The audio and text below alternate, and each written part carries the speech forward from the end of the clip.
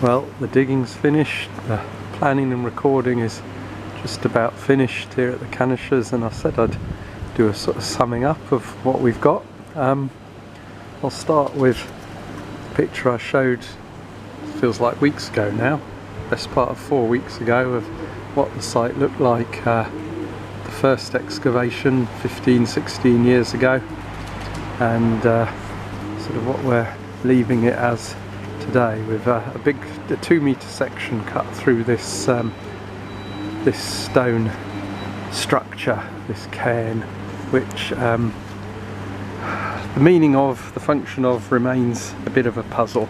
But let's go down into the trench and have a bit of a closer look at it.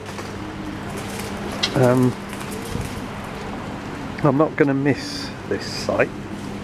It's been hard work and very, very difficult conditions. The pictures of the mud are one thing, but they don't really convey the pigeons and the smell of the pigeons in particular. So yeah, not really going to be sorry to say goodbye to this one. I'll sit down over here.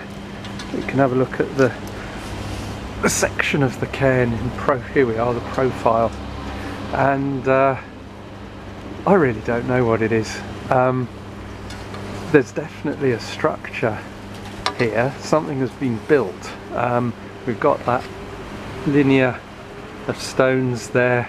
We've taken a few away now, so it's less impressive, but they came through, and the one I'm sat on is part of the same line, and from there up to about that stone there is clearly a structure. They've clearly been put there on a fairly thick layer of soil, and then the small stones behind it, I was about to say built up. Whether they've gone in deliberately or just ended up there, I'm not sure.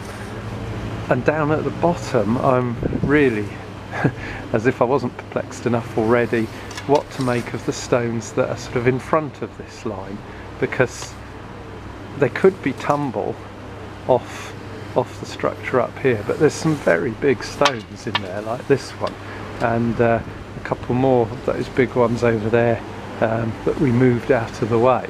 And I don't know, I think it's unlikely that they were on top of this smaller stuff here, but they may have done, they may have been.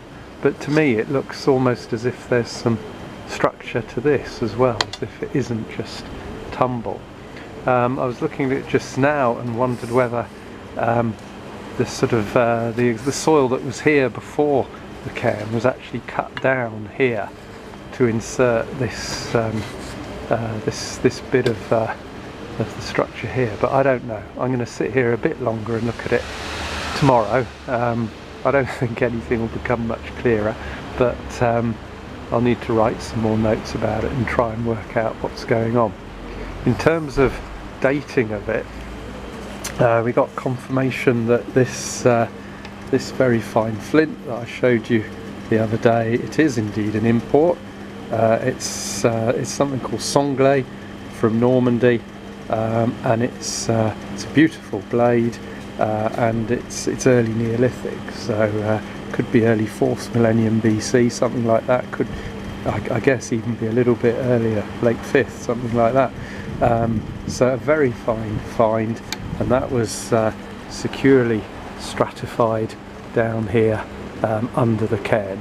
So it will give us some indication of the date for the cairn's construction, as will some radiocarbon dates, because we got a decent amount of charcoal from down here, and in the next few weeks I'll send a couple of those samples off.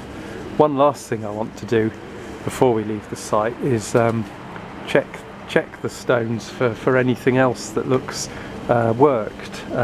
There's a beautiful piece here which is has been very carefully made, smoothed, polished on the bit where I'm rubbing my thumb there, and it's part of the same stone I mentioned what seems like weeks ago, or the same object, which I think is a quern. There was a bit of it in the sort of tumble, if that's what it is over here, and that bit I've just shown you actually came out just behind me in this separate bit of tumble.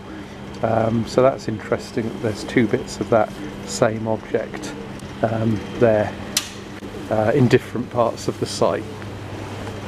But really that's about it, and there's not much more we can do except say goodbye to the site and leave it to the pigeons.